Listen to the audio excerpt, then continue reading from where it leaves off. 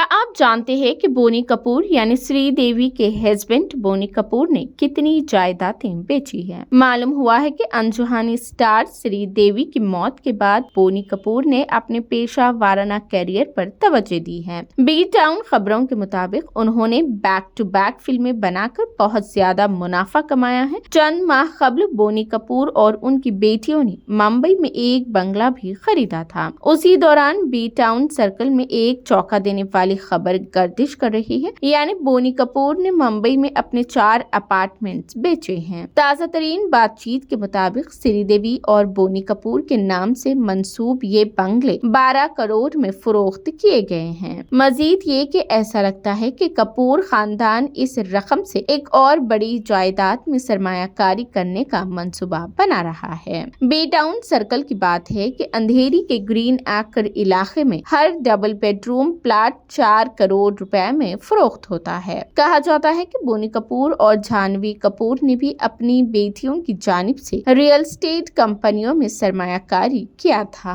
ये मालूम है कि श्रीदेवी ने चेन्नई के करीब महाबलीपुरम ईस्ट कोस्ट रोड में साहिल समंदर के करीब 5 मंजिला जायदाद खरीदी थी, जब उनका करियर 80 की दिहाई में जोरों पर था। लेकिन बीच पेस पर ख्वाबों का घर यानी होटल बनाने की ख्वाहिश अधूरी छोड़ गई। श्रीदेवी की मौत के 5 साल बाद उनकी एहलिया की देराना ख्वाहिश को पूरा करने के लिए ताज ग्रुप के साथ शराकत में एक होटल के तौर पर तैयार किया गया। श्रीदेवी के ख्वाबों के घर की लोकेशन की तस्वीर पहले ही वायरल हो रही है।